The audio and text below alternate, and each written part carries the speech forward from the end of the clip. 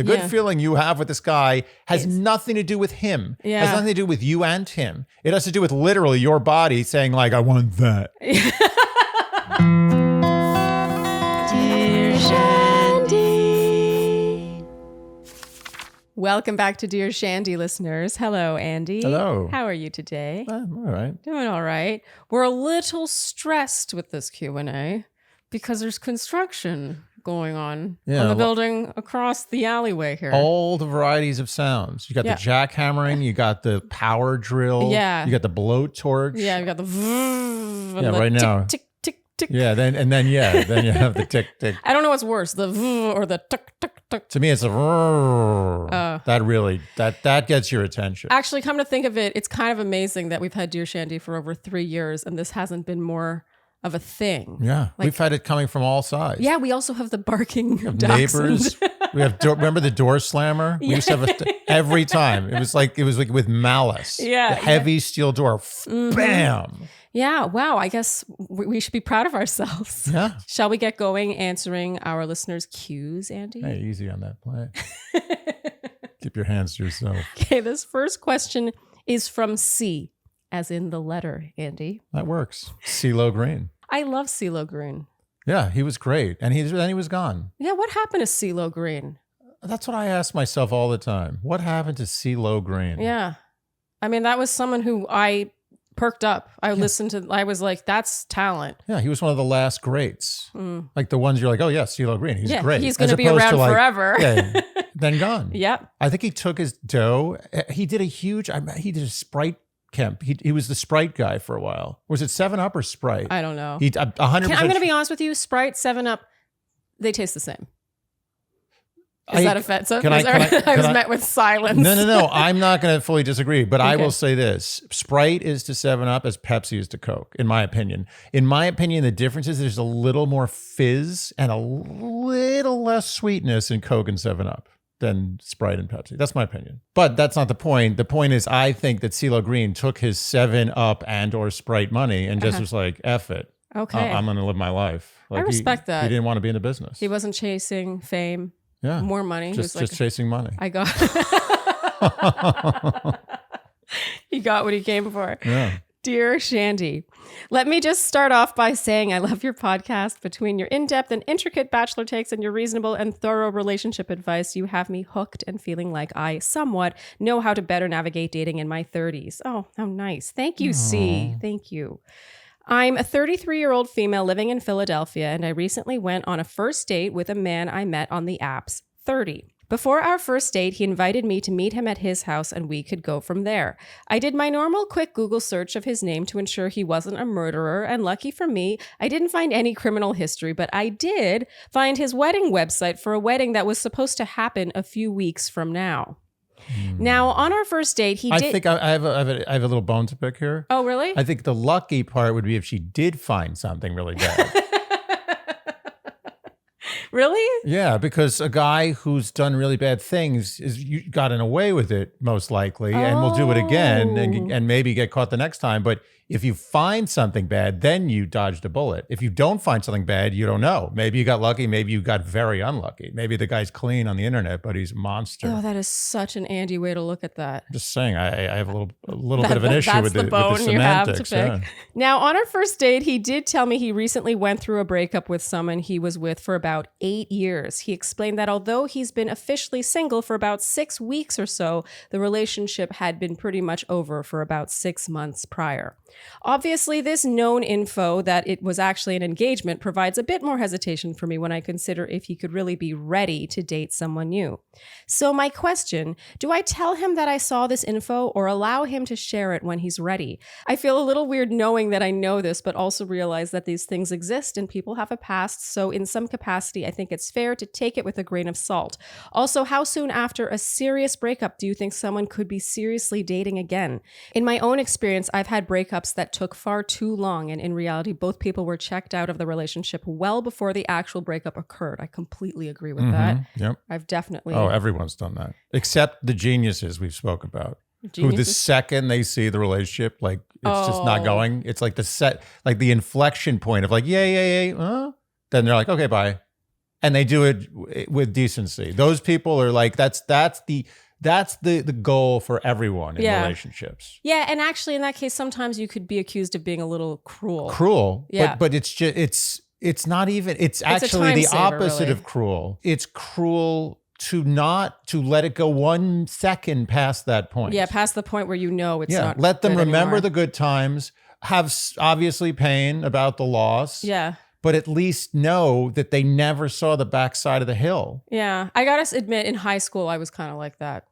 Then you're like, genius. I would realize overnight that I wasn't into someone anymore, and then I would break up with them the next day. That's totally you. Yeah, and I feel like in my 20s, though, it became a lot more complicated. Yeah, you did. You had a couple of draggers. I let some things drag out for a few years just because it got more serious, and you're like, this person really loves me. Do I want to give that up? I know that sounds very selfish, but I think, a lot of people hold on to relationships for that reason. Wait a minute. Are you doing that now? Can you imagine? Oof. I like start a podcast about our relationship. Wow, and then there'll be a Reddit thread about this scene and this Q&A. Like, we saw it coming. Foreshadowing. Any insight you can provide would be fabulous. I truly value the way you look at these situations deeply and from a realistic perspective. Sincerely, C. How nice. Yeah. Okay, I have my opinion. Go ahead. I don't think she needs to mention this. No, not at all. I think that most people are doing a light Google search or a light or online heavy. stalk. Yeah. Especially since she's going over to his place. I think she's smart to look him up. Sure. I just feel like this will end up coming up pretty soon. And if it doesn't, then you can file that information away. It's like, why is he being so secretive? But these early dating stages, you just don't need to show all your cards. No, why would there's absolutely no reason. If anything, there's a lot of reason not to give that away right out of the gate. Think about all the things you've learned about me that I've opened up about since we've met. Oh. And pick the ones that you're like most like, whoa, that's like, wow. But I do it because I love you and we're open and honest with each other. And we've developed this history. Trust, extreme, 100% airtight trust. Is air or water? Which one's more tight? I've discovered that people either say airtight or watertight. Which one's tighter? I feel like air. Which air is smaller molecule. Is it? Well, water has some water tension, like it. Even when it's dripping on it, like over a glass, you can see there's like a little bulge above the glass. Yeah. Like it still has some tension. Yeah. Air is just like gets through everything. I'm gonna go airtight is 15% tighter than watertight. We'll see what the Shandys say. I'm sure someone will come through. There will be a physicist. Yes. Who tells us the truth. So you agree with me? She doesn't need to tell him. Yeah, but I was referring to with the airtight and or watertight situation is trust. We can say anything we want, but on the first date, I could have said half the things that are kind of a little out there that I've told you about my life and my history and just my personality would have been deal breakers on the first date. Well, the same with me. And no, there's nothing. Oh, I see that. I tried to trap you. Superior I love you more. It's just proven right here. I love you more. I'm just saying, for most relationships, if all the things that we're told after 10 years of a relationship were narrowed down to the most like, whoa things and said on a first date, 95% of the time, that relationship wouldn't go anywhere. Yeah. Be killed right out of the gate. So don't tell things like that. You don't have to. Yeah. You're not required. This is not illegal. You're not applying for the CIA. Also, I think that it just casts like the wrong tone. Like they're still in I think the fun getting to know you stage. I don't think you need to prompt a conversation about like, well, so what happened? I saw your wedding website. Why would you didn't mention you were engaged? Why? I don't know. She just wants to be honest, but I think that like it just is so not necessary. And I also it's inappropriate. I actually think it's annoying when people reveal too much on a first date about like I don't want to hear it. I'm like, let's keep it light. Oh wait, are you talking about revealing next. too much on the first date, or you're talking about her revealing that she saw the wedding website? Both. Oh. It's not his job to reveal that, and it's definitely not her job to bring it up. Okay, I mean, you did Google me and saw that I was on The Bachelor. Yeah. After I told you not to Google me, and then you waited until I brought up The Bachelor. I did. So you've done exactly this, Shandy. Practice what you preach. And then to address her second question, which is whether or not he could possibly be ready. Probably 8 times out of 10, the person coming out of an 8-year-long relationship, he's only 30. I think more likely than not, he probably is not ready to just hop right into something really serious. He maybe just needs to live his life as a single person for a while. So I would tread a little carefully in that regard. Can I add something along those lines? What? Is I think it's an asset to know this thing and to watch instead of pull. Yes. Just watch. See how he is, like with the knowledge you have. That's the amazing thing about the internet is we can find out almost everything about a person we're about to go on a date with. Yeah. Almost, like all the basic stuff about their life. And we don't have to tell them. We go in with this huge advantage, but it's an arms race. Everyone has it. Yeah. It's so weird though, because I feel that sometimes like I'm like F-list fame. Like I really don't. No, you've moved up. No. I think you're C. No, give me a break. You're C. F. You are a solid C. I'm not a C. You're a C. I'm not even close to being a C. At best, I'm a D minus. So what am I? And well, you're tied with me. Oh, maybe you're a little below me because you I'm didn't like go to one The notch Bachelor. below, which makes me like an F minus. I won't stand for this. Anyway, my point is, it's sometimes weird when you're in a situation and you just get a feeling like we have a spidey sense, both of us now, that someone knows who we are, like recognize or listens to the podcast but isn't saying something. It's just kind of weird to know that someone can have so much information about you and you don't know that they have that information. But as I said, it's an arms race. Everyone sort of tacitly knows. They know. It's not said. You know what it's like? It's like when after a big meal on a date, the woman's like, oh, I have to use the ladies' room. And, she goes, it's like the ladies' room. I have to use the ladies' room. As if she's going to go in there. She's going to go in there and just brush her hair. And, but really, there's a good chance she's going to be taking a dump.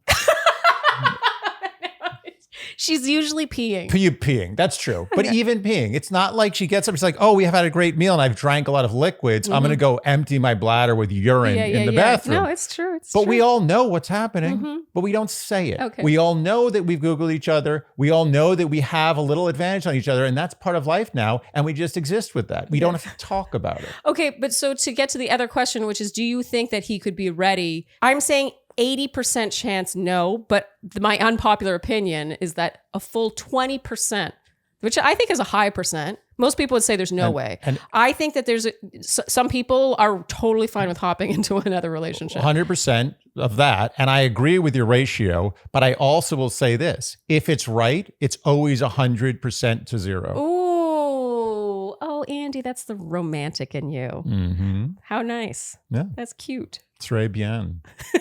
That's French.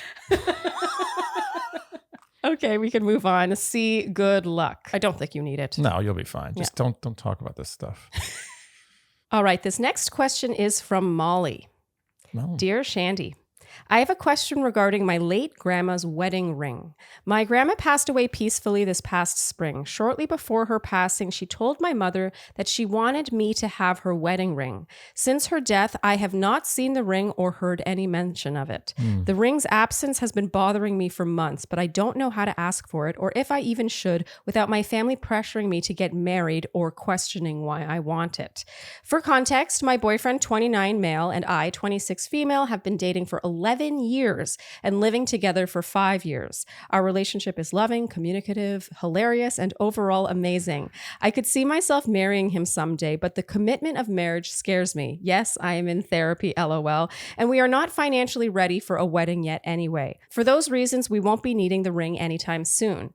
That being said, I see the ring as so much more than a tool for getting married. I see it as a symbol of my connection with my grandmother, which I would love to have regardless of my marital status.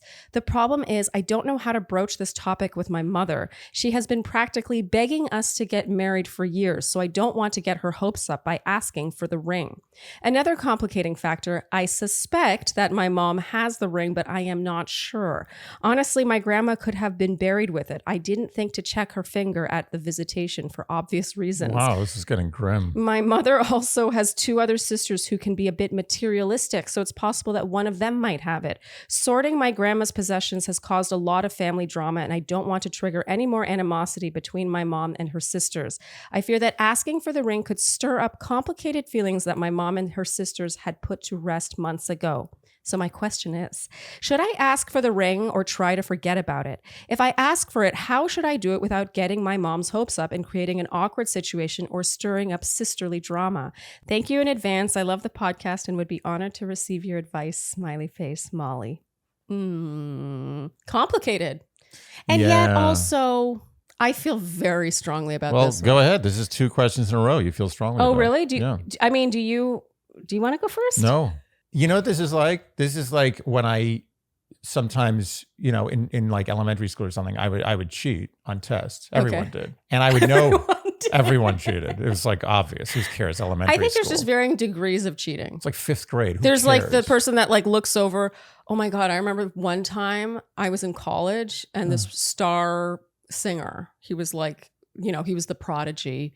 He would like come through class every once in a while to the point where he was openly like, is it okay if I just like look at your test while I'm sitting next to you? Wow. And I was like, okay.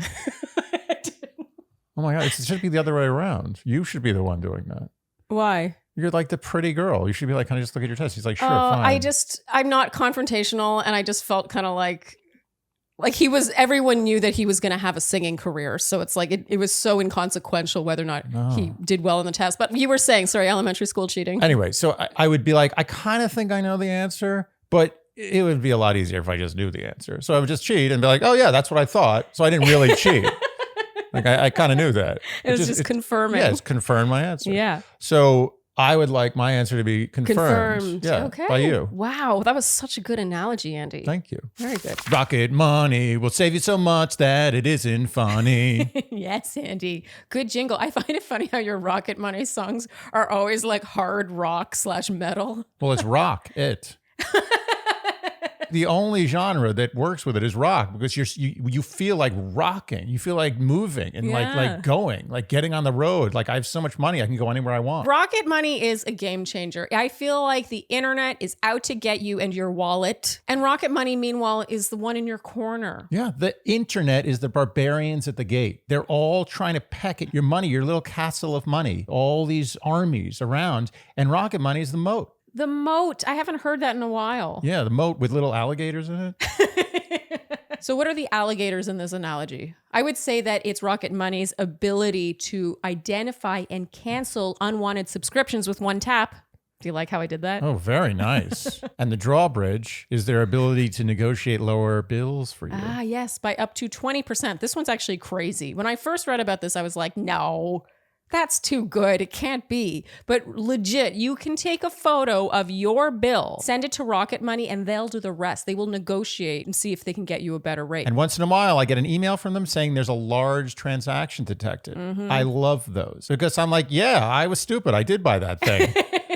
But it makes me feel comfortable knowing someone's on the lookout. Right? You know what? That's the sentinel. That's the guy standing with the big spear in front of the moat. We're really making this work. Rocket Money's a castle. Everything works. And we've said this before, but I do think it bears repeating. Over 80% of people have subscriptions that they don't know they have or they've completely forgotten about. And I mean, I'm raising my hand. I'm one of those people. I mean, there are hundreds of millions of people in America. Think about how much money is being left on the table. Oh, totally. Actually, on average, people think they're spending $80 on subscriptions when it's more like $200.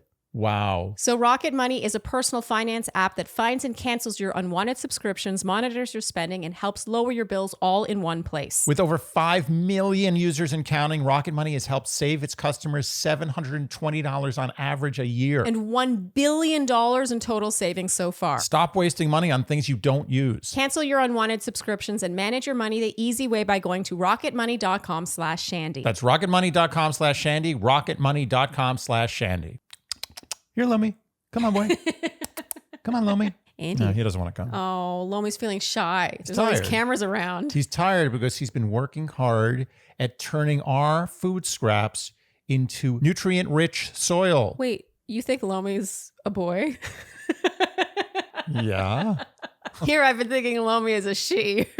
So Lomi, whether it's a boy or a girl, is our electric countertop composter. And this device is truly a game changer. I think it says something that we have a modestly sized kitchen and we still make room for our Lomi because we really think it's the right thing to do. There are plenty of other things we could put in the Lomi place. 100%. We don't have a microwave and we have a Lomi. We could have some decorative stuff like cooking is life. In that swoopy font. I know what you're talking about. Definitely swoopy. Yeah, because you put all your food scraps into Lomi And that could be the parts of a pepper you don't use, banana peels, avocado skins. And over time, that stuff goes, well, first of all, it lives in plastic bags that go out to landfill and over time become methane, which is a harmful greenhouse gas. Meanwhile, instead, if you put those scraps in the loamy, you push a button and that then gets turned into nutrient-rich soil, like you said, Andy, which you can sprinkle on your plants. I love watching you admire this plant. I get a little nervous when you touch it.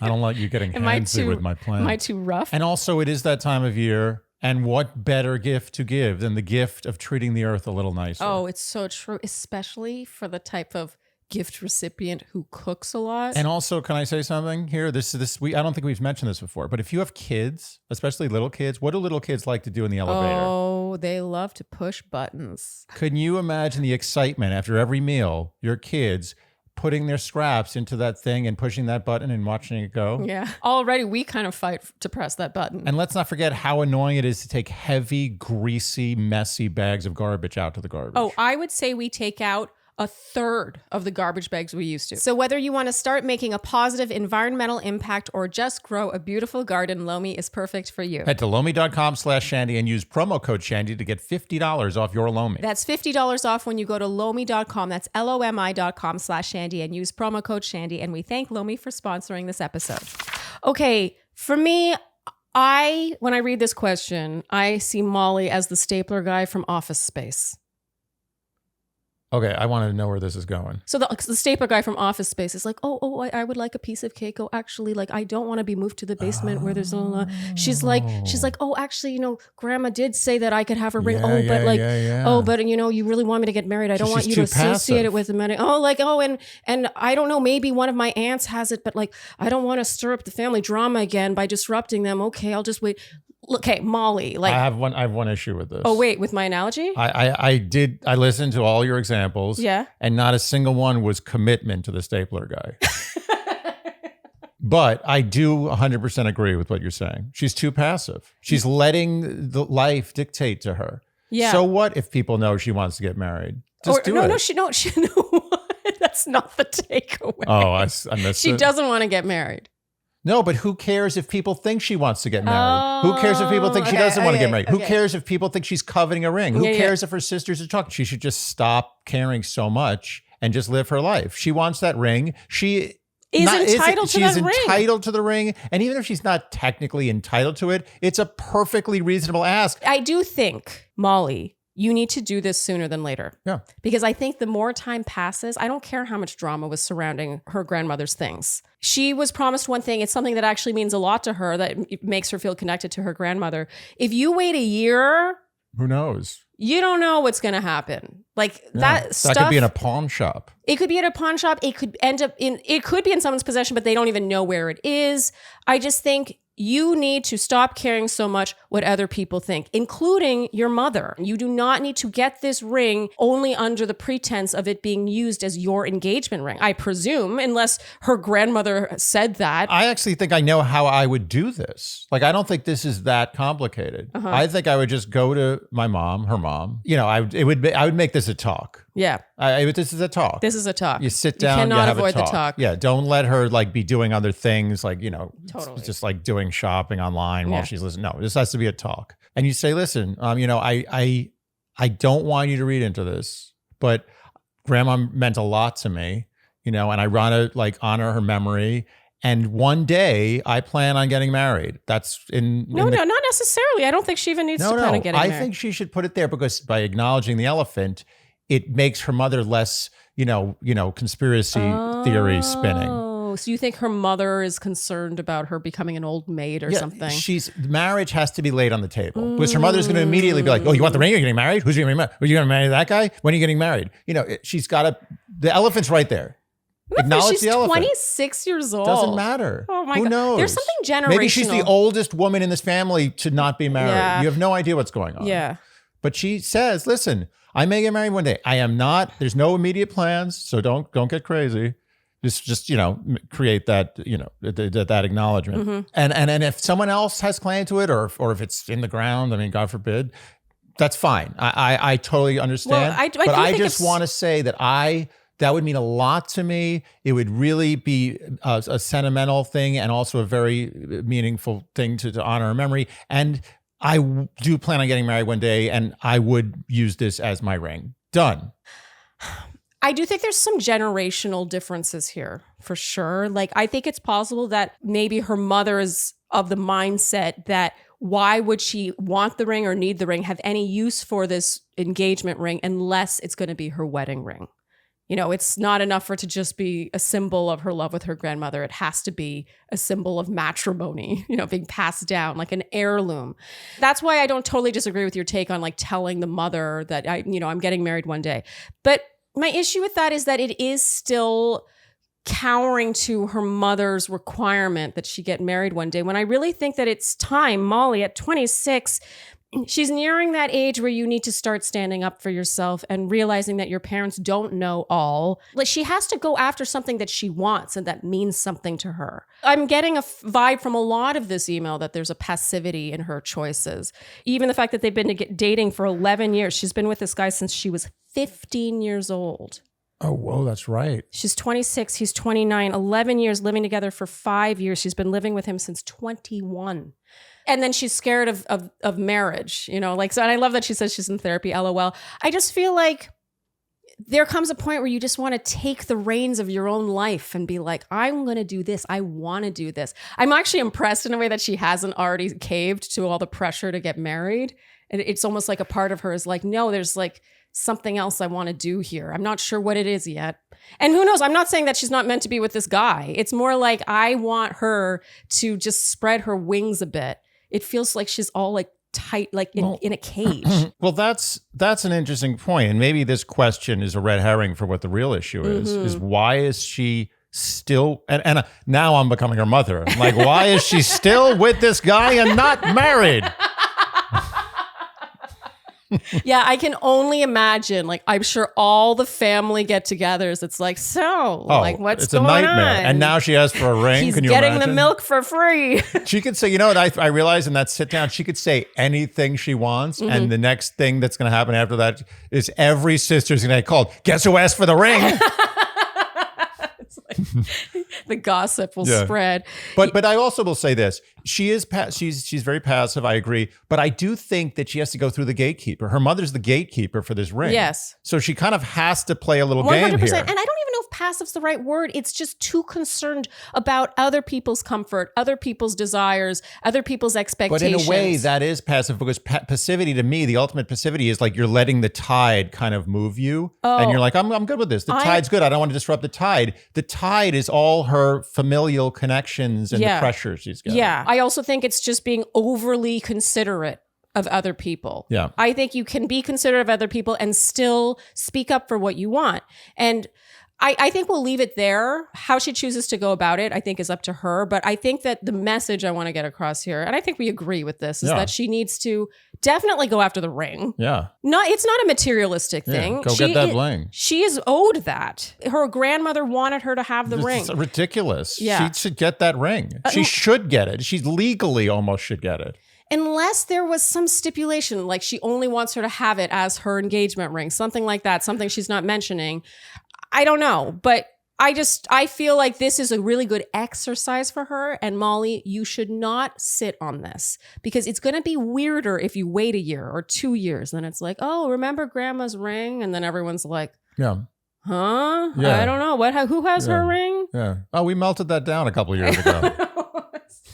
You never know. And I will say one last thing, because I want to make sure that we're answering possibly the real question here. I think that Molly, you should have a day that you set aside for yourself, not just your talk with your mom. You should have a full day where you set aside, it's your day, no work, no hanging out with friends, just full day of thinking about what you want in life with your relationship and everything. Because I have a feeling that, just based on some general information here, that you have let life dictate your course a little too much. Yeah, possibly. Just sit with it. Sit with it all day. And don't do anything but think. It might take longer than a day. Just one day is a good start. Yeah. All right, Molly, good luck. I do feel like you need it. But I think 26 is the perfect time for her to start Oh, yeah. flexing this muscle that I don't think she's been using very much. Agreed. Good luck. All right. So this next question is from A, as in the letter. Oh. Dear Shandy, I love your podcast so much, and Q&As are my absolute favorite. I listen to all of them at least twice. Ooh, that is a Shandy. 4 months ago, I, 29 female, started dating a guy, 29 male, James, in a big U.S. city. We met on a dating app and fell in love very quickly. After only a couple of months, we already traveled together to Australia, and it was the best adventure ever. He is extremely kind, dependable, loves me unconditionally, very smart, funny, shows his feelings, is a good listener, and provides the best hugs and advice when I have hardship. No. How nice is I that? want a James. I mean, I have a James, but I want another James. Am I James? You're James. Do I give good hugs You and give advice? the best hugs. You give, as a matter of fact, I've talked about this before on the podcast. Hugs. Your hugs are like my shutdown. Oh, but what about my advice? That's a slower progress. I think I give you good advice. No, the advice is good, but I don't immediately. It's not like you start giving me advice and I'm just like, Takes a little while. It's like, here's my advice. Yeah. Like, oh, yeah, give me that advice. Oh. I mean, I kind of feel that about advice sometimes. No, advice is good, but you have to wait for the whole advice to play itself out. A hug is like instant gratification. He proposed to move in and wants to have a family with me. And yes, Andy, he wishes me good night every night we don't fall asleep together, which doesn't happen often anymore. I love him so much too. Anyway, he is perfect. There's nothing more I can ask for, and there are no issues with him. New paragraph. A few years ago, I was in a long distance relationship, 8 months. We met at a party and instantly liked each other. TLDR, too long didn't read. I know what that means now. I kind of know now too. It only took one Google for me to know what TLDR meant. One Google? We started dating after I visited his town for work. Let's call him Anthony. He has the best sense of humor. His name is Anthony. What? You don't? Yeah, when they ever say, let's call him Anthony, it's always Anthony. You think so? Yeah, you don't say, let's call him. It's like an inside joke with yourself. It's like his real name. His name is Anthony. I don't know if his name is Anthony. But generally, when I do that, it's a joke. I'm like, let's call him, like on The Simpsons, like they're like saying someone in the class who did something really bad. Yeah. And they're like, for simplicity, let's call this person Miss Simpson. Let's actually L. Simpson. Wait, so do you think James, therefore, is not? No, James is a fake name, but Anthony's the real guy. Oh, wow, Andy. No. He has the best sense of humor. Andy, I think you would have a blast talking to this guy. He is truly one of a kind. Every day that I've spent with him is ingrained in my memory. It was that fun. We have tried to make it work in a long distance way, but he never moved or made any significant progress towards moving. His city is not great, and he knows it. I would say he is not as dependable, but he is kind, is a good person, and traveling and briefly living with him was an amazing journey I cannot forget. New paragraph. My question is, I found the perfect guy for me. Should I simply forget about Anthony? Every time we chat, my memories start living again, and I miss that epic sense of humor he was bringing in. So a few years ago, she briefly dated Anthony, long distance for 8 months. It sounds like he was just hilarious. And so she was really wooed by that. I mean, as many people are. But I find it interesting that she started dating James 4 months ago. He's perfect in every way. And she's like, but Anthony. It's like, the answer is so obvious that I'm wondering what she wants us to say. Do you know what I mean? Like if she wants permission from us to tell her to give Anthony another shot. But I'm not going to say that. She went too far in all the superlatives about James. Like, how can we go against James? Like, I know what you're saying. I feel like this is her subconscious being like, get dear Shandy to tell you to go after this guy. Yeah. I agree. Live out your dreams. Find Anthony. You're still thinking about him. Yeah. What she wants is for us to say, go get this guy. Yeah. And she's like, oh, it's okay now. Yeah. But we can't. No, I'm not going to tell you that. I can't do it. I think, how old is she? She's 29. So is James. We don't know how old Anthony is. I mean, a bird in the hand, two in the bush. Obviously, she should stick with James based on that alone. Yeah. I think that based purely on the mathematical statistics she gave in this question, Yes. this is a little immature of her to want that when she has this. But I don't know the intricacies. There's not enough detail. Yeah. But everything she said about James was wonderful. You know, like she loves him. She's in love with him. He gives her hugs when she needs good them. advice. Good advice. He's dependable. He's committed to her. He's just not hilarious. Well, so that's what we have to deduce. That's what I find interesting is that everything she lists about James is how great he is. But she doesn't mention what she's missing from him that she does get from Anthony. We have to make that assumption that he's just not as funny as Anthony. But I'm going to tell you right now, as someone who's married to, I think, a very funny person, Andy's sense of humor is not why I married him. It's not. Like, that was obviously, I think, what roped me in. That's what gave me like a sort of twinkle in my eye for you and definitely kept me interested in the beginning. But if that's all there was, and then I got to know you and learned that you were not dependable and you weren't willing to move for me, or you weren't willing to commit to me in the way I wanted you to, then what good is that? The laughs are not going to get you far if then the rest of the time you're like frustrated or confused as to how committed he is to you. I agree. And I know it's a loss to not have that extra layer of laughter in life. I know definitely. That's something you long for. I always was going to end up with someone who made me laugh. Whether or not they made everyone laugh the way you do, but every guy I've been with in some way did make me laugh. Yeah, I'll say this again. I've said this a million times, and I know this seems very oversimplified. Okay. But I think that relationships that end 99.999% of the time end for a reason, and they should end. Yeah. And I think that combined with the fact that she's with a guy who seems great, she didn't have one negative thing, not even one neutral thing, not even like he does this, but that's fine. It was all glowing. It was an A+ report card. Yeah. And now she's eating at a 5-star restaurant, and she remembers this other 5-star restaurant she used to eat at that's across town. Yeah. And she's like, well, it has a dish that she liked. yeah. And that restaurant now is she's not allowed there anymore. She got blacklisted. She complained too much about the service. But the food is so good. She acted out at the restaurant. She acted out. Yeah, they're like, no more. Yeah, no more soup for you.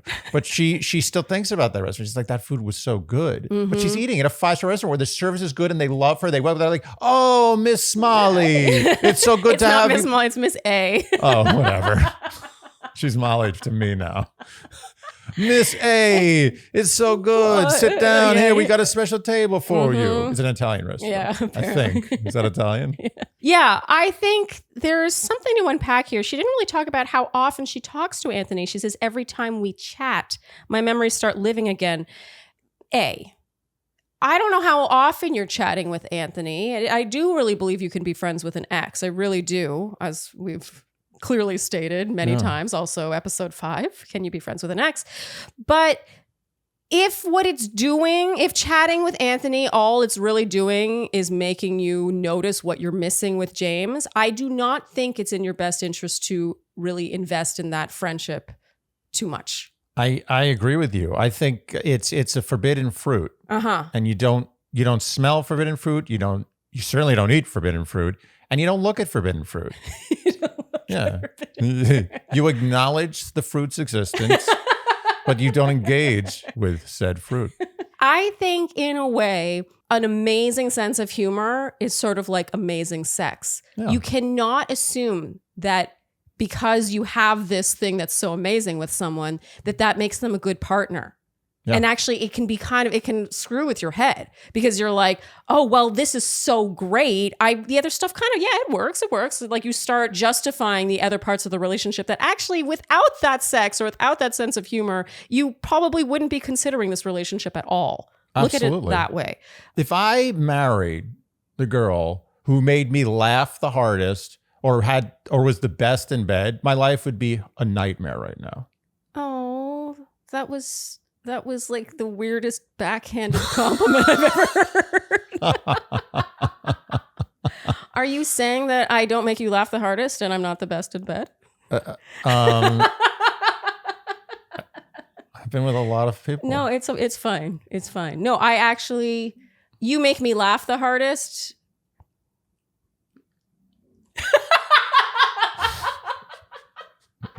Here's the thing about best in bed. I think best in bed, oftentimes you need tension or like you need a fighting. You need something. to dislike them a little bit. Yeah. There needs to be some kind of not good thing happening. Yeah, not necessarily. Because But I wouldn't trade what we have in that department for anything. And I wouldn't trade what we have in the humor department for anything. Because I've grown with you and I've learned that no, this is actually the best because of all the other stuff. It's like a symphony.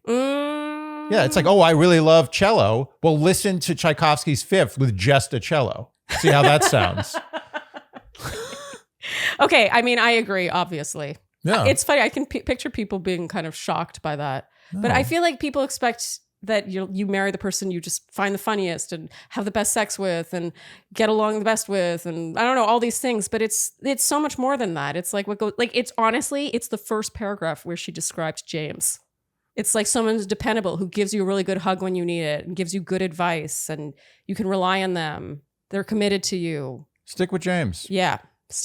Based on these two, if it's between these two, we're not telling you to go for Anthony. And even though I feel like that's what you want us to tell you. But let's also be clear here. We love telling people to break up with people to go get the thing they want. Well, yes. And when it's right. We love telling people how important humor is in a relationship. Yeah. So this is both those things, and we're still telling you to stick with James. Yeah. So you didn't get what you came for. Sorry. Take that for what it's worth. Well, James is happy.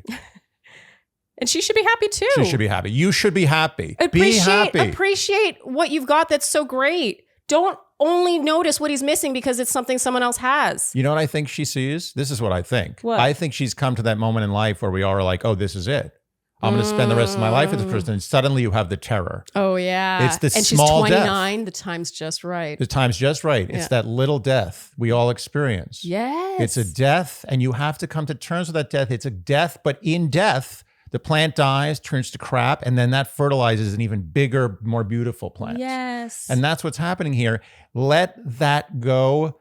Let the fear of death in this, what's his name, Anthony? Yeah. That's his real name, remember? Oh, Anthony works at the grocery store. Saving his pennies for Sunday. Mama Leone left a note on the door. She said, Sonny, move out to the country. But working so hard can give you a heart attack. You ought to know by. You ought to know. Oh, God, that was so loud. They're like, shut up. No more singing. Let's just hear this jackhammering. It's better. Anyway, my point is that you must come to terms with this moment you're having. James is your life. For now. I mean, this is according to you. Yeah. You in your own words. You sold us James. Not our fault. Yeah. It's your fault. Anthony is this thing that you're like, if I can just grab that, I can avoid death. But it's not death, it's rebirth. Let go of Anthony. You know what this reminds me of? And then I swear we'll move on. There was that caller episode. It's going to drive me crazy. I can't remember her name, but it was about mourning the paths not taken. Yeah. Or not explored, not traveled.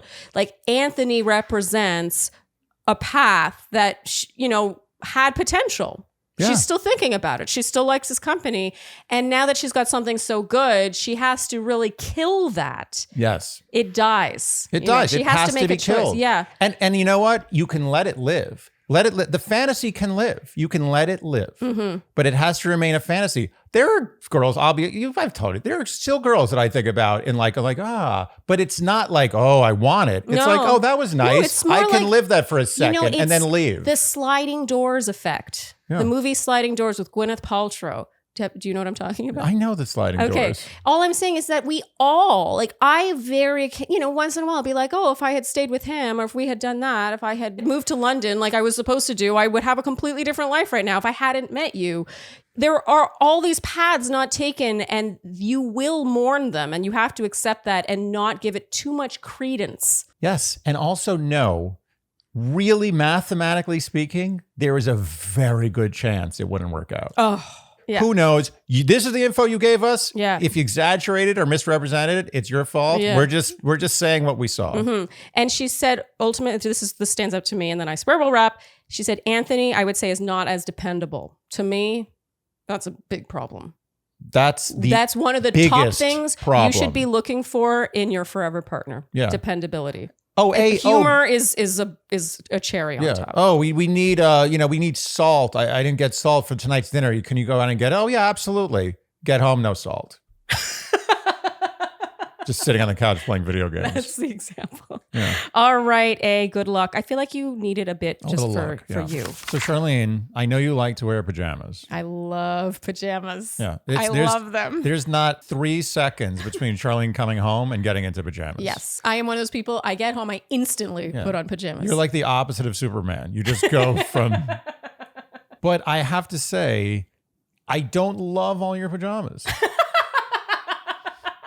Wait, is the truth coming out in this Skims ad right now? Am I learning something new? Yeah, I have a feeling we're going to have a discussion after this. But for now, I just want to say that these pajamas are not only super cute, but fit you perfectly. Oh, okay. Maybe you are forgiven, Andy. I do love my Skims pajamas. I love all my Skims clothing, honestly. I have a lot of pajama sets, actually, but you're right, they don't all fit me quite like Skims does. Their materials are second to none. I've got to say, now I have just so many different pieces from different lines that they have. I kind of want to touch that. Yeah, feel it.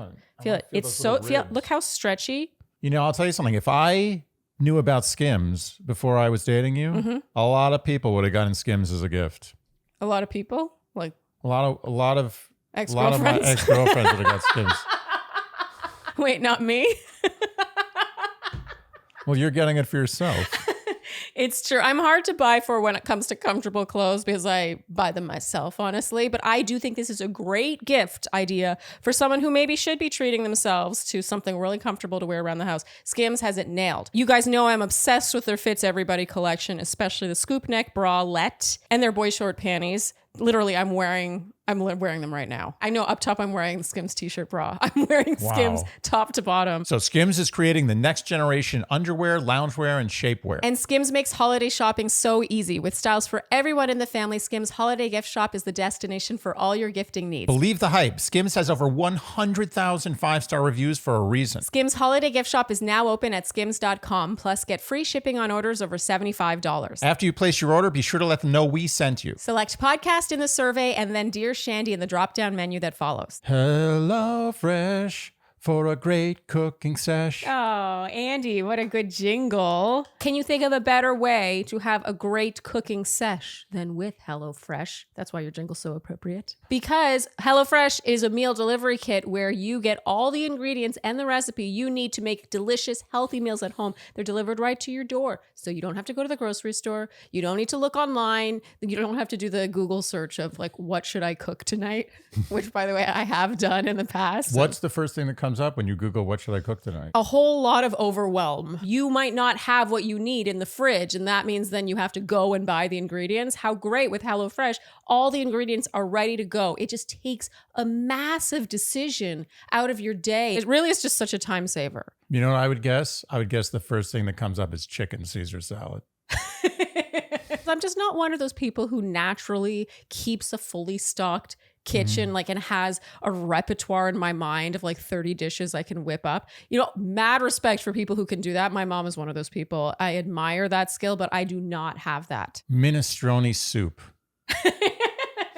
I changed my answer. How long have you been thinking about the whole that? time? And I never get bored with HelloFresh. Oh, that's a big part of it. So much to choose from. There's over 45 weekly meals to choose from, which, by the way, is a real step up from some other meal delivery kits. I will not name names, but suffice to say, I have looked, and it is not over 45 different meals to choose from every week. It's often less than half that. And you know why? One of the reasons is because HelloFresh is OG. They've been around forever. Oh, yeah, they're massive. I feel like I have been hearing about HelloFresh since long before you and I even met. Yeah, I got a flyer on the street for HelloFresh before I was dating the girl before I met you. When it comes to food, I want my company as established as possible. 100% could not agree more. So go to HelloFresh.com/ShandyFree and use code ShandyFree. That's Shandy, FREE, for free breakfast for life. That's one breakfast item per box while subscription is active. Again, that's free breakfast for life at HelloFresh.com/ShandyFree with code ShandyFree. All right, this next question is, she didn't sign, so I'll say anonymous. Good morning. Oh, wow. She's lucky. She just made it. It's just before noon here. She knew. Just to start off, I love your podcast, and also you both have really good laughs. Oh, thank that's you. Nice. Thank you, Anonymous. No one ever compliments my laugh. You have a great laugh. Do I? Mm-hmm. You have many shades of laughter. Yeah. All right, I'll take it. You've both said, or at least Andy has said, that you are friends with people you've previously dated. So I'm seeking your thoughts/advice. We are both 35 years old. We met naturally last December and instantly connected as what I thought would be a good friendship. I love that. We met naturally.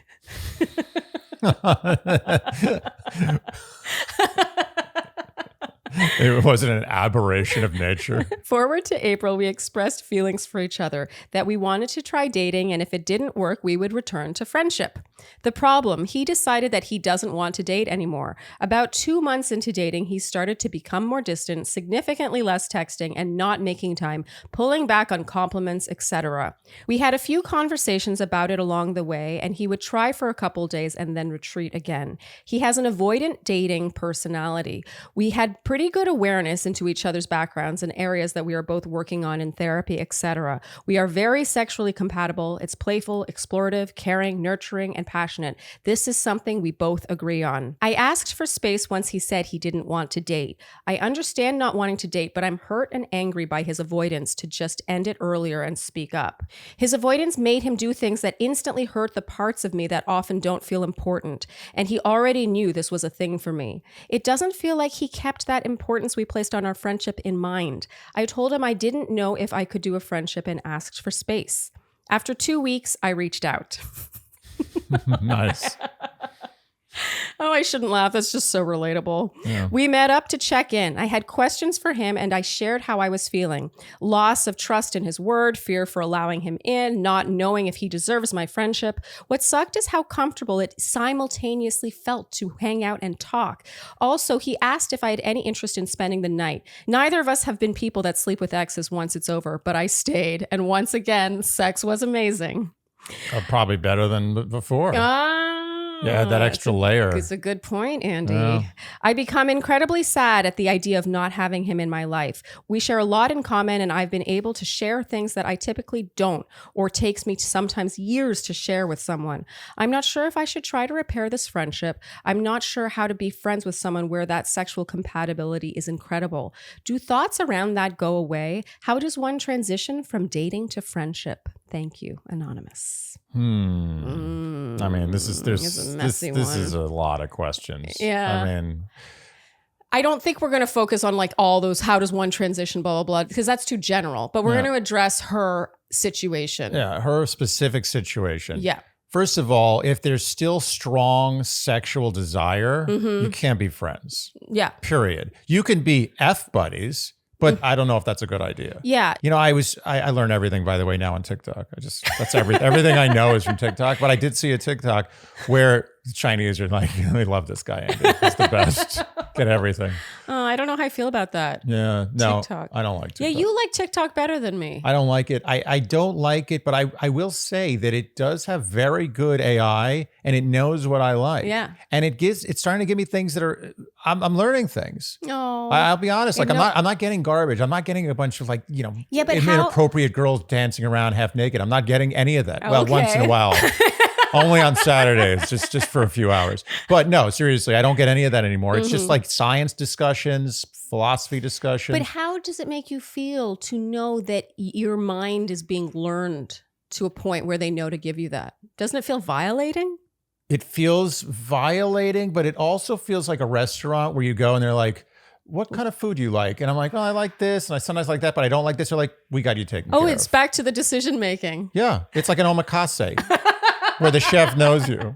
Can I tell you something even kind of maybe a little twisted. What? I like that it knows me because it knows me better than I know me. Oh. And it knowing me means that there's a me to know. Oh, that's dark. Yeah. You just went super dark. Yeah. That might be the most Andy thing you've ever said. Yeah, it's up there. There's of course an Andy to know. No, I know, but what I'm saying is sometimes I lose myself. I'm like, who am I? I don't know myself, but then TikTok knows me. And I'm like, oh, there's me. I'm on TikTok. See, the only time I'm really cool with having my movements tracked or what I'm clearly interested in tracked, like, so I'm never on TikTok, but.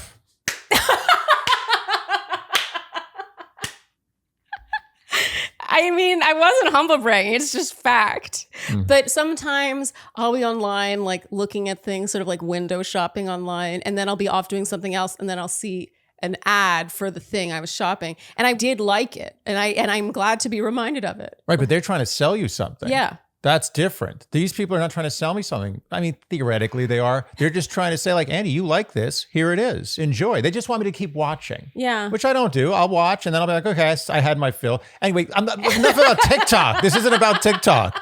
I saw a thing on TikTok. Okay. And it was interesting. I didn't know this, but women, when they have sex, it releases oxytocin. Mm-hmm. And oxytocin creates a bond with who they're having sex with. You only just learned this? I knew this tangentially. I didn't know the two chemicals that were happening. Okay. I'm only going to reference. I knew it with women, but I didn't know the thing that went on with men. Oh, yeah. And with men, it's kind of the opposite in a way. It's testosterone that's released. And they're just like, meh, bye. Yes. I mean, they may want it again, but it felt good like a day later or two. But they're not like, oh, I need to be with that person. Messed up is that? It's sick. But it's life. That's so messed up. It's not messed up. It's life. But they're releasing different chemicals to make one person want it more and the other person want the person Well, now less. you have a beef with nature itself.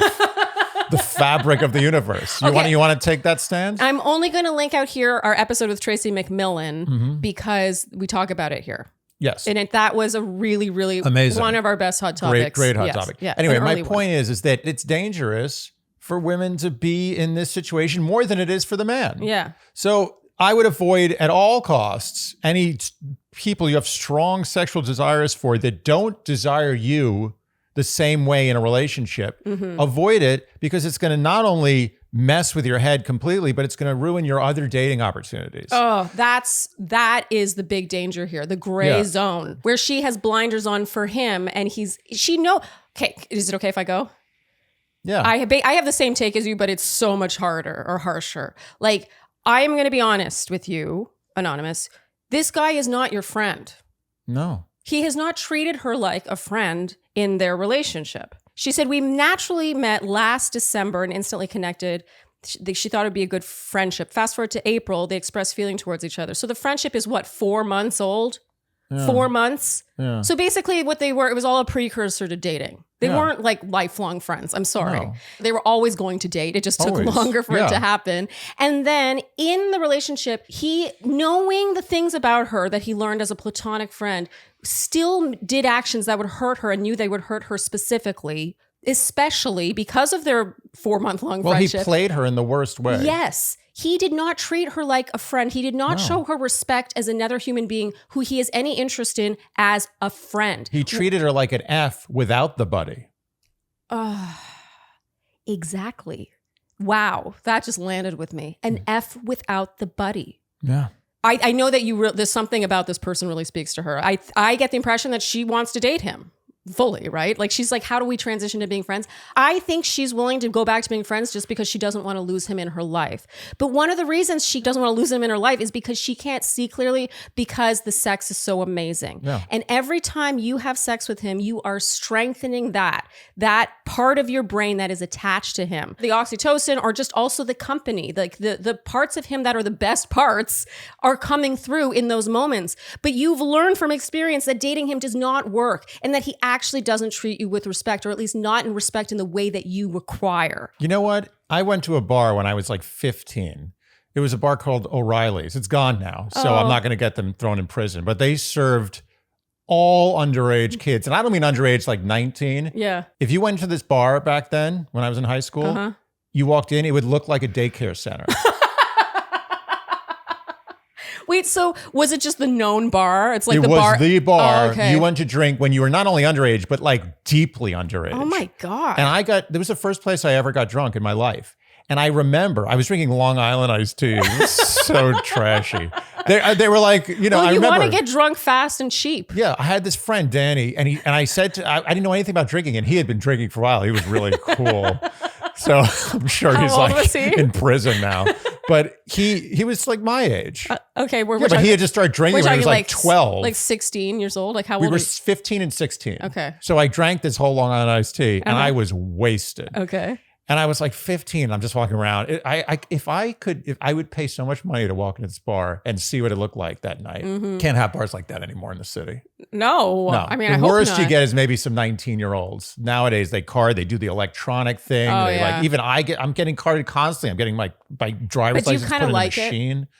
No, but I know it's not about my age. It's about they want to know if I get into trouble in there, they have my information. Oh, I found that out. I kind of was asked a guy once a few years ago. I was like, "Are you really? You think I'm?" He's like, "No, it's not about your age. We just want to. If there's trouble, we want to know who you are." I was like, "Oh."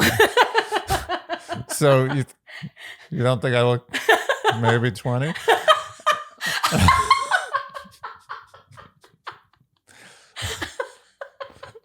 Anyway. Sorry, I'm laughing way too No, hard. it's really not that funny. After that time, I got drunk. It was so good. I mean, the first time you get drunk is just amazing. It's like anything the first time that's good. And then it sort of becomes old after a while. Still good though, sometimes. I got to be honest. Being drunk has its longevity, but not too drunk. Anyway, my point is drink responsibly. Or not at all, because I Or not really at all. I support You know what? a sober lifestyle. There's nothing, when I haven't drank in like a couple weeks or more, I feel great. Oh, I'm going to be honest. I drink less now than I ever have in my life, and I feel great. Yeah. And you know what? When I do drink, that first drink is so much better because I haven't had a drink in a while. Yeah, or you just don't drink. Or I don't drink. Okay. You keep bringing it back to But drinking, then when you and I'm do like, have you a don't drink, need to drink. No, but when you do drink. All No, I'm saying but is that anyway. I love a good NA cocktail now and again. Okay. We're getting way off track. Am I being all superior like TikTok? Yeah, again? yeah. You don't do TikTok, you don't drink alcohol. What else? So after that night, when people are like, oh, you want to go to O'Reilly's? I would have a rush. I'd be like, yes. I associated O'Reilly's with the feeling of just good. Yeah. And I kept going back there. And over time, I'd be like, wait, this isn't that good. This bar's gross. Yeah. And I, drinking became like I'm drinking again, whatever. Yeah. I never was able to achieve that feeling I had of that first time I got drunk at O'Reilly's. Yeah. But I kept going back to O'Reilly's because the association was there. Yeah. It wasn't that great. And so what happens is you have to eventually disassociate the chemical bond you have with the thing that's not related to the good feeling. The good feeling you have with this guy has nothing to do with him. It has nothing to do with you and him. It has to do with literally your body saying like, I want that. Yeah, they have really good sexual chemistry and good sex. Yeah. Which I'm going to be honest, like you said, it probably was better. Yes. Probably better after they tried dating and after it was so tumultuous, after she was left feeling so shitty about herself. She asked for space when he says he doesn't want to date. And then 2 weeks later, she reaches back out. Yeah. He doesn't come chasing her. No. He could live without her. Do you not think if he cared about her as a friend, she's like, I need space after you did this to me. He's like, okay, I'll give you space. But I do feel like he should also be like, I really miss your friendship. Like, I'm sorry I fucked this up. Can we just go back to being friends? No, you're right. He's treating her like an F without the buddy. And let me tell you something. If I had gotten drunk at the bar next door to O'Reilly's for my first time, and then I went to O'Reilly's, I'd be like, oh, this place, the bathroom's disgusting. It smells like stale beer. The bartenders are surly. This place is gross. Everyone in here is a kid. I mean, I guess I was a kid, but it was weird even back then. Surly is such a great word. It is surly. Surly. I haven't heard that in a while. I read a book, The Perfect Storm. I know I talk about this a lot. Andy loves The Perfect Storm. It's a great book. And movie. And the movie was good. You know what? The movie was what you'd expect, but it was good. Of that genre, Perfect Storm, I will not shit on Perfect Storm. My, That was a good, all on your high, acting like you don't love Perfect Storm. Anytime Perfect Storm is on TV, Andy will go and watch it and wonder how long it is. Not wonder, you know how long it is until the wave scene or how long since the wave scene. If it's past the wave scene, you're no longer watching it. Otherwise, you will record it or like come back to the channel in order to see the wave scene. This is 100% correct. I have no argument. Anyway, in The Perfect Storm, there is a scene where he describes at night, sort of as the sun is setting, these waves in the storm that are huge. Yeah. They're 70-foot waves, like consistent 70-foot waves that this ship is sailing into, and it's getting dark. And he described the waves as surly. Ooh. And I was just like, that is exactly right. And I just fell in love with that word. Oh. Surly waves. Surly. They're surly. It's like they're not just big and tall and dangerous and scary. They have like attitude, an innate there's malevolence. Malevolence.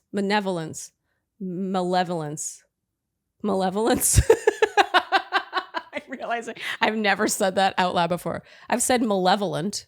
Malevolence. Oh, Andy, innate. You with your words today. Anyway, my point is that these things, these associations must be broken. Yes. You have to know what is good and what is bad. Mm-hmm. The bar is bad. The feeling is good. Yeah. The bar is bad. Feeling is good. Yeah. Just let go, cut it off. And the only way that anything will ever come of this that you want will be, as we've said a million times before, is to cut this off cold. Unless what she wants is just an F-buddy. She can't handle it. Light on the butt. Yeah, she can't handle it. That's why I was about to come through with a caveat for that. But yes, she can't handle it. It's clear she cannot handle that. Some people might be able to handle it. I'm sorry, Anonymous. You can't handle it. She can't handle just being this guy's F-buddy. No. It's obvious. Okay, Anonymous, good luck. You are definitely going to need it because we've been there and you are high on something right now. She's high on the sex. Tocin. The Tocin. Stiff Tocin. Mm-hmm. All right, good luck. All right, this next question is from another Anonymous. Dear Shandy, my boyfriend sucks at driving. He has gotten into 3 major accidents in 18 months with his car needing thousands of dollars in repairs, including a whole new engine and clutch. He has driven over a pipe in the road, a cinder block, and last week got in an accident with an impaired driver. I have been empathetic to his car struggles and have tried to be supportive in any way I can.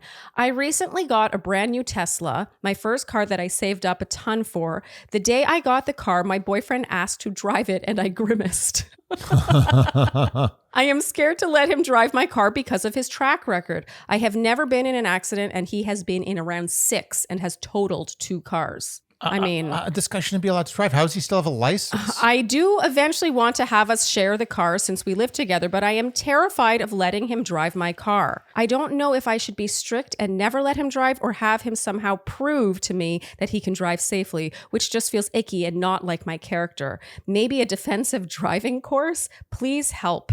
Anonymous. She is 27 female. He is 29 male. He's never allowed to drive her car, period. Yeah, she's saved up. It's her car. It's her money. It's her car. I won't let her. I don't care. I don't care if it ruins the relationship. He's not driving your car. No. Period. I'm sorry. And he needs help. There's something wrong with this guy. 3 major accidents in 18 months. That's insane. He has been in around 6 accidents and total 2 cars. This guy's going to die on the road. It's interesting. He has driven over a pipe in the road, a cinder block in last week. So like, I understand getting in an accident with an impaired driver. That's not on him. But how do you know it wasn't his fault? Just because the guy was impaired doesn't mean he also wasn't to blame. Oh, that's an interesting point. Okay. I feel this is a short answer. Don't let him drive your car. I don't think you need to explain yourself. I think it's pretty obvious. I kind of can't believe that he's asking to drive her car with his track record. It's insane. It's like, have you ever seen the movie Final Destination? Final Destination? Yeah. Final Destination. It's not a movie you would see. It's a horror movie. Oh, okay. It's basically like this thing where that sounds like a horror basically movie. You're like, there's people who are marked for death and there's nothing they can do. Like they could sit in a room alone, like with a straitjacket with the doors locked, and somehow death is going to find them in a really horrible way. Oh, it's just a terrible movie. It's really horrible. How are horrible. they marked for death? I don't remember. It's been a while since the last Final Destination. There was probably like 7 Final Destinations. So it was a lot. It was actually never the final. It was just like almost the Final Destination. But We're getting there. The near final destination. I think 7 was the final It's destination. the penultimate destination. The final destination. But they were marked. And this guy is like the final destination of car crashes. Like he can't escape car crashes. And honestly, maybe it's just bad luck. What I'm trying to give him the benefit of the doubt by bringing in the final destination analogy. Yeah. Like maybe he's just like in the worst car luck in the world. Yeah. Either way, this guy needs to stop driving. I'm not kidding. He needs to take public transportation. He shouldn't be allowed to drive any car and absolutely should not be allowed to drive your brand new Tesla. Oh, man. She says it feels icky to have him somehow prove to her that he can drive safely. I do not think that's icky. That's just you being a reasonable person who has seen what he has done with other cars and been like, actually, maybe you should give, say, like defensive driving a go. I think a defensive driving course is a good call. And also, we're not talking about Apple earbuds. Huh? We're not talking about like, can I borrow your Apple earbuds? Sorry, no, that was a really rough segue. I'm sorry about that.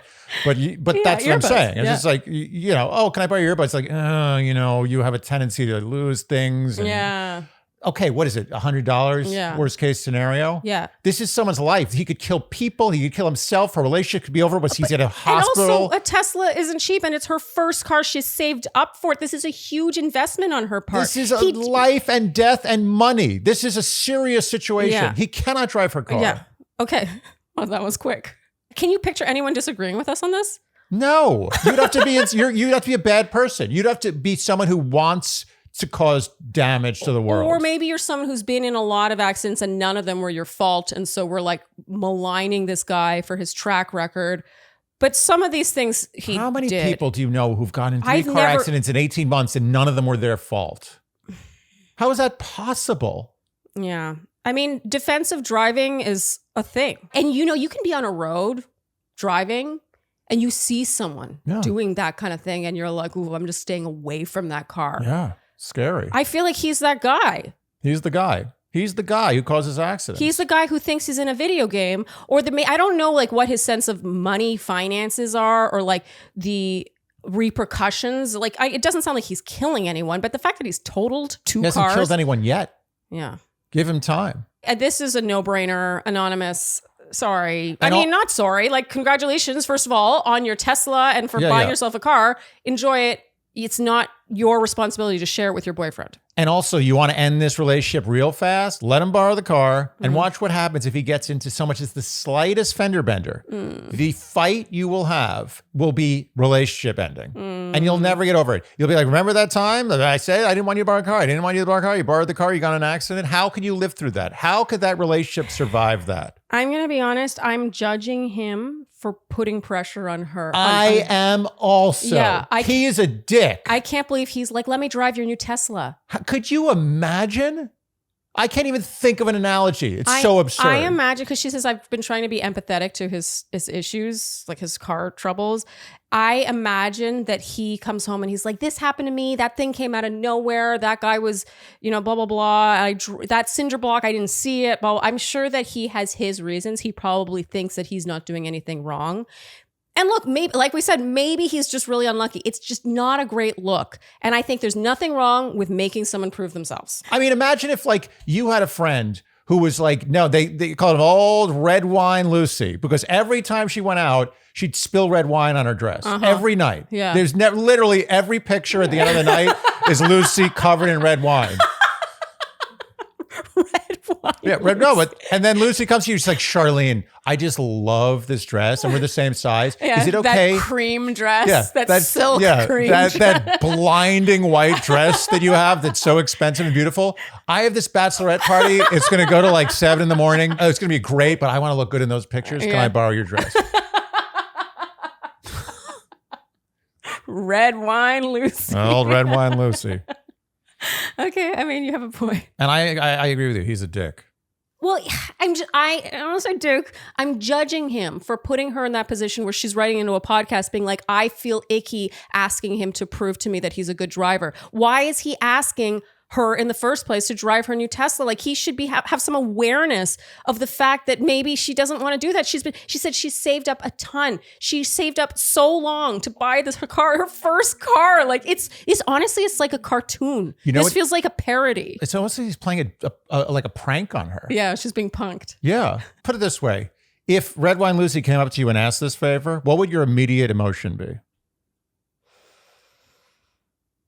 Like first you'd be like, that's a good point, actually. I think it would be disbelief that she was asking me. You would judge her for asking you. Yes. You'd be like, you monster. It shows such a lack of awareness of her own actions, her own history. Right. Her own habits. Right. That she would ask me. I agree. That's a good point. Yeah. Do you know after I've spoken about this, I got into a bad car accident when I was 19. Yeah. You know, after that car accident, I didn't ask to borrow someone's car for like 20 years because I knew that they might know about my accident or they may have heard about it from someone else or they might be a close friend that definitely knows. And I was like, I'm not going to go there because it's so disrespectful for me to put you in a position to be like, well, you're a good friend. Yeah. And you are asking a favor that a lot of people ask. Yeah. But you also got into that horrible accident. Yeah. And by the way, that's an accident where you almost died. Yeah. You should have died, frankly. You were avoiding an opossum. We've discovered that it's both. Yeah. It's either it's opossum both possum or and possum. a possum. Yeah. But you were avoiding that and then you hit a tree and it was a horrible accident. It was so bad that you were like, I can't. Yeah. I couldn't do that to somebody else. Yeah. I don't even want to bring it up. I don't even want to, if someone starts talking about a conversation about some other person borrowing a car, I don't even want to be near it. Oh my God, you know what we're getting to the root of this? Shame. She has no shame. Sorry, I was thinking of Lucy. I thought we were talking about her. But he also has no shame. Yeah, he doesn't have shame around it because he doesn't think it's his fault. I bet you he doesn't think it's his fault. Yeah, I think that this question might be a red herring for some other issue with this guy. This guy has an issue, and it has to do with this. This is a microcosm of some issue. But the fact that he knows how much this means to you, and you touched on this very well. This is your dream. This is your baby. This is your first baby. Yeah. And he knows how much it means to you. And he knows that he is Red Wine Lucy. He knows it as well as everybody else. Yeah. And he still is asking you, the person he supposedly cares the most about in the world, he's asking you to borrow the thing that you treasure, this thing you've worked so hard for. Something's wrong there. Yeah. And I think you should think about that rather than this logistical question, which is a hard no. Yeah. Just hard no exception. Yeah. There's something else here. I don't think this is the Dear Shandy question. Yeah. This is an obvious, and you could ask your neighbor this. They'd tell you, they're like, what are you, crazy? Don't give him the car. Yeah. The Dear Shandy question is, why is my boyfriend like this? And we need more information, obviously, to answer that. But I want you to think about that. There's a lack of shame. Yeah. A lack I agree. of It's shame. rooted in a lack of shame. Yeah. Okay. Anonymous. Good luck. I have 2 announcements for our Q&A listeners. The first is to people submitting questions. I'm doing that thing I do every couple of months where I remind you that length is a factor in whether or not your question will get chosen. Yes. And this is one of the few instances where length is bad. Yeah. Second of all, I'm gradually assembling updates. So if you have submitted a question or been a caller and we've used your question, answered it, please let us know what has happened in the months since. Maybe years since. Okay, if you enjoyed what you heard today, you know what we will ask of you, and that is to like, subscribe, hit the notification bell, follow us on Instagram, and TikTok, leave us Apple and Spotify podcast ratings and reviews. Tell your friends, and generally do all the things you would do to support a podcast you enjoy. Thank you so much for tuning in, and we'll see you next time on Dear Shandy. Bye-bye. Dear Shandy.